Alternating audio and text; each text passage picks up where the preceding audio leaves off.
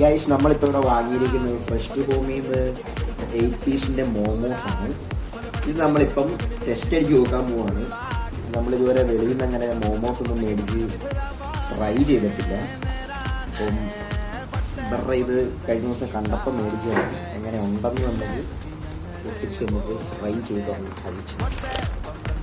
Okay, അതിൻ്റെ കൂടെ ചട്നിയും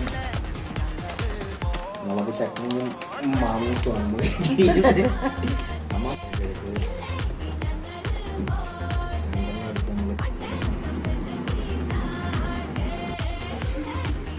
അപ്പോൾ നമ്മുടെ മോമോസ് ഓക്കെ ഡൺ.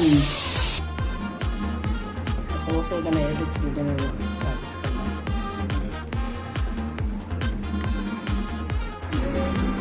പിന്നെ നോക്കി തിന്നെ കാപ്പി നോക്കിയോ.